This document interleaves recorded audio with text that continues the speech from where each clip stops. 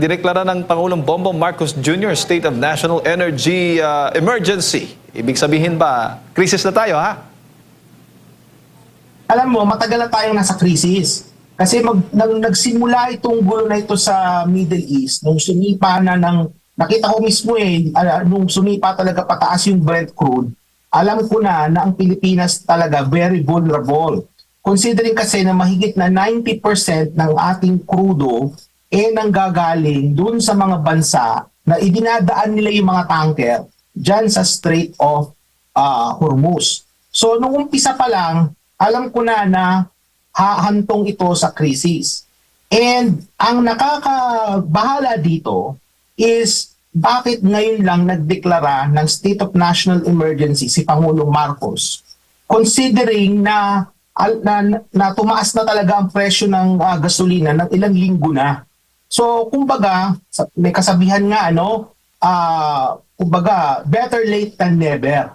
So, may kasabihan ganyan. Pero the fact is, the damage has been done. No? Yung mga ating mga tsuper na hirapan na, yung ating mga kababayan na nagko-commute, lalong-lalo na po yung mga middle class natin. Kasi yung mga middle class natin, yan po ang mga bumibili ng gasolina at may mga sasakyan po yan papunta sa kanilang hanap buhay o papunta sa trabaho. Sila po talaga talagang apektado dyan, Jade. No? Kaya ako'y, I'm not surprised na nag-declare siya ng national emergency, but that has been declared noon pa dapat. And ang to top it all, ika nga, no? Like an icing on the cake, yung Palace Press Officer, I remember the other day, sabi niya na wala pang crisis. Sabi niya na walang crisis, pero alam na natin, para bang nasusunog na yung bahay natin. And then sinasabi pa rin ng mga nasa bahay, walang sunog, no, relax lang kayo. Ganun po yung sitwasyon. Kasi ang kanilang definition pala dyan, Jay, is yung crisis, it pertains to quantity. So halimbawa, kapag nauubusan na talaga tayo ng stock ng crudo, paubos na, yung crisis na yon. Pero kapag sumipa ang presyo, pero meron pa rin tayong crudo, hindi mo siya ma-define as a crisis. Kasi nga, posible kasi yung prices, yan ay as a result of volatility or as a result of speculation sa merkado. Pero may quantities pa naman tayo ng crudo. But what they fail to realize then, G, is that hindi ito basta lang prices yung quantity. Kasi yung quantity ng crudo natin, malaki doon na stock doon sa Strait of Hormuz. Hanggang sa ngayon, kakaunting mga barges at rather tankers ang nakakadaan, maliban na lang kung kaibigan ka ng Iran, padadaanin ka. Kung hindi ka nila kaibigan, hindi ka nila padaanin.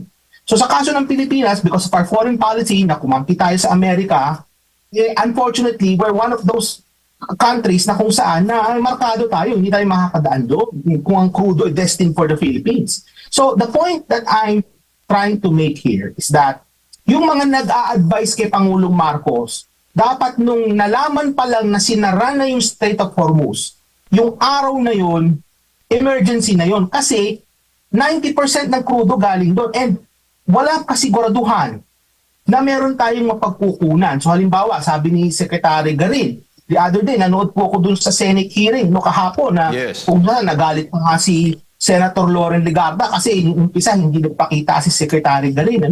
Ang sabi ni Secretary Garin, meron tayong makukuha from South Korea, meron pa nga sa China, which is quite interesting, considering how the Philippine foreign policy right now is towards China, and yet lumalapit tayo sa China ngayon for crudo. So, but then again, bagamat nandyan yan, walang kasiguraduhan.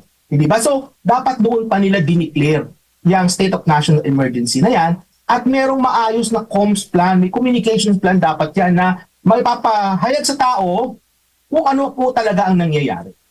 Jay. Opo, yun nga, nabanggit nyo na po, Doc, dahil nga dito sa anunsyo ni Yusek Claire, yung sinabi po niyang walang crisis, sa tingin po ninyo para lang hindi magpanik ang taong bayan? O talaga bang nagsasabi ho ba talaga ng totoong sitwasyon ng ating bansa ang pamahalaan o may tinatago po? Yun po yung mga ganong tanong ng taong bayan patungkol nga dito sa sitwasyon natin kaugnay sa epekto ng Middle East crisis. Pwedeng magkakahalo yan, Jade. Pwedeng it's because of ayaw nila na ang tao magpanik. Pwede rin na hindi nila naiintindihan yung naging sanhi ng crisis. Kasi sabi ko nga sa inyo kanina, yung crisis started doon sa pag-block ng Strait of Hormuz. Sa totoo lang, Jade, nagkakaroon ng mga digmaan sa Middle East, pero may mga digmaan doon na hindi naman tayo masyadong apektado. Kagaya limbawa nung nagkaroon ng girian ang Hamas, ang Israel, yung sa Gaza. Tumataas naman ang presyo pero hindi kagaya nito ngayon na naapektuhan yung mismong physical na quantities ng crudo na papunta sa Pilipinas. So it reflects yung hindi nila naiintindihan yung konsepto nung paano nagsimula yung crisis na yan. Kasi nga kung ako nandoon, Jay, the moment na sinabi ng Iran na isasara namin ang Strait of Hormuz at nilagyan pa ng mga mina, may mga mines dyan, ay yun na yun. 90% ng ng crudo natin galing dun sa region na yun, then it's really a crisis, Which is really surprising din, Jake, kasi itong si Marcos Jr., he was already born nung nagkaroon ng oil price shock nung panahon ng tatay niya.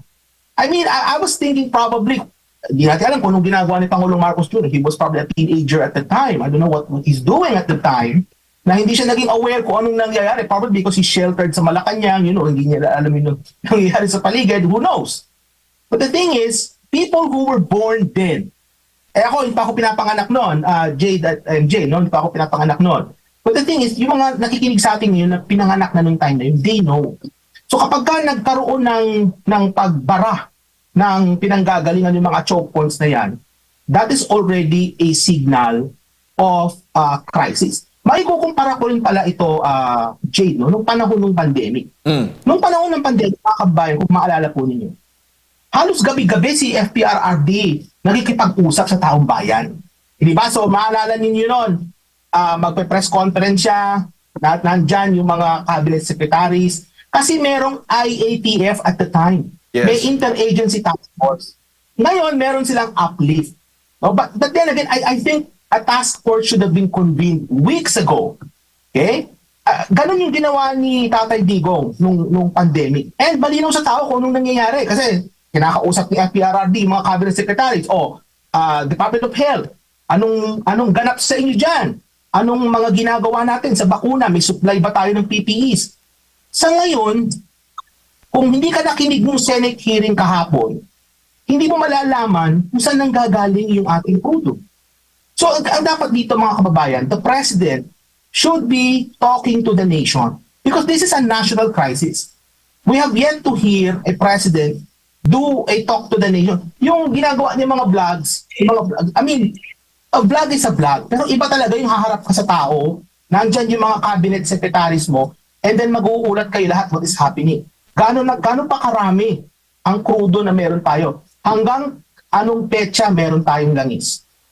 Anong magiging impact nito sa pagkain? Yun yung mga importante, mga kababayan, pagkain.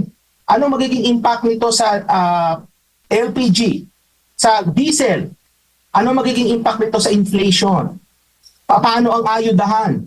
So, kumbaga, dapat ito na communicate ng maayos sa tao.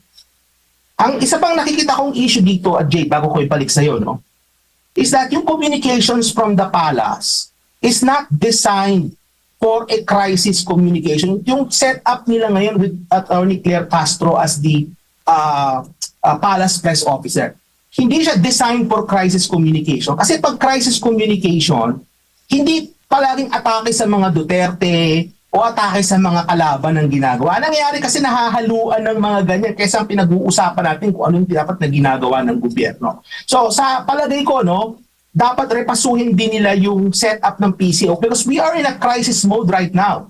Hindi tayo bardagulan mode.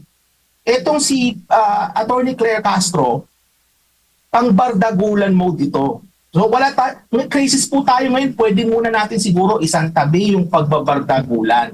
Yun po yung nakikita ko dyan. Kaya hindi malinaw sa tao. No wonder ang tao po magpapanik, mga kababayan, because the more na hindi informed yung tao, the more na magpapanik po yan. And you're sending conflicting messages sa tao. Sasabihin ninyo, wala palang crisis. Pero yung presidente nag-sign na ng executive order. Sasabihin nyo, magbibigay kayo ng ayuda, babawiin. Sasabihin nyo, magtataas kayo ng pamasahe. Hindi pala may ganun eh. So, meron ako nakikitang problema in terms of how this current administration is communicating to the public. Dapat ayusin nila yan because ito nangyayari ngayon mga kababayan, seryoso na to, hindi na to bardagulan. We truly are already in a crisis mode, Jay. At ano ho ba yung kapangyarihan ng gobyerno sa pagdedeklara nitong emergency o energy emergency, Doc? So when you say kapangyarihan, kung ano yung mga kaya nilang gawin, ano? Yes, so, sir. halimbawa, depende sa nangyayari, ano? So, sa ngayon, pwede silang mag-impose ng price controls, lalong-lalo na sa mga basic necessities. Meron ding pwede nilang gawin yung, sa ngayon, magbabawas o tatanggalin yung taxes altogether, no? Temporary relief sa excise tax at saka sa VAT sa produktong petrolyo. Maganda po yan. Okay yan. Baka pwede na rin natin alisin yung taxes, yung mga VAT dun sa mga ibang basic items na pinamimigay during crisis. Halimbawa, yung mga sardinas o kaya yung mga instant noodles. Agree ako dun sa sinabi ni Senator Loren Legarda na baka pwede muna natin isuspend yung VAT sa mga noodles tsaka sa ibang mga processed food na normally na ipinamimigay pag may mga crisis na ganito. No? Hindi ko lang alam, Jen, kung hahantong pa tayo sa rationing, no? Yung rationing or rationing na sinasabi nila na kung saan nalilimitahan yung dami ng gasolina na pwede nung bilhin at a given period in time. So, siguro kapag dumating na tayo sa punto na ubus na yung supplies natin, yun na yung isa sa mga last resort, no? Pero Jade, tandaan din natin na itong crisis na ito magtatagal pa. Alam mo kung bakit ito magtatagal, mga kababayan? Kung titingnan niyo yung mapa ng Persian Gulf, maraming tankers ang na-stock pa rin doon sa Persian Gulf. Yung mga tankers na yan, mga kababayan, punong-puno po yan ng crudo. Yung mga storage ng crudo na nasa GCC ngayon, no, nasa Bahrain, nasa Dubai, sa UAE, sa Saudi Arabia, na nasa Persian Gulf, punong-puno yung lahat ng crudo. Punong-puno po yan. So nag-stock muna rin ng production yung mga bansang to kasi puno po yung mga crudo, hindi kasi makalabas. Doon sa loob ng Persian Gulf, marami pa rin tankers na nandun sa loob. Sa labas ng Persian Gulf, marami pa rin doon tankers na nakaabang, papasok. Kasi nga, papasok sila ng Persian Gulf, kukuha sila ng crudo. So, on both sides, marami pong nakaabang. Now, let's even assume, kinabukasan, awa ng Diyos, magbukas yung Strait of Hormuz. O, nagkabati sila, sabi ng Iran, buksan na natin sa lahat, tapos na ang gera. It will still take weeks bago maklear yung mga tankers na na-stock on both sides. At ang tansya ko dyan, isang buwan bago po maklear yan. Kasi doon sa Strait of Hormuz, ang nakakadaan lang doon, mga 80 tankers in a day. Kasi makitid po yung yan, sa mapa sa screen. Makitid po yung area na yan at saka may mga mababaw na lugar.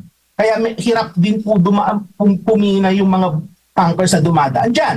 So, ibig sabihin mga kababayan, pagka nag-open na yung strait, matatagalan pa. Hindi lang yon. May mga mina dyan ngayon. May mga nakalutang dyan na mina. Matagal din yun bago maklear yung mga mina. So, it will take a while. Not to mention, ito pa ha, supposing nag-restart na ng production ang mga GCC. Matagal din bago sila makapag-restart muli ng production. Kasi nakastop sila ngayon ng production. So it will take a while for them to restart. So we're talking about at least a month or probably 2 months before mag-normalize yan. Hanggang ngayon, makita ninyo ang Brent crude. Nasa 100 pa rin per barrel. There's no signs that this war is ending anytime soon. Kaya yung estimates kahapon, nung napanood ko sa Senate hearing, pinakita ng DepDev yung kanilang estimates. Meron silang mga senaryo dito mga kababayan, no, na posibleng umabot ng 100, meron silang 90 days, 120 days, and 180 days scenarios na kung saan na magiging mahigit $100, $200 per barrel ang presyo ng Brent crude. So, kaya mga kababayan, asahan natin na magtatagal pa po ito. Yun lang ang message ko tungkol sa parte na yan. Asahan natin na magtatagal pa.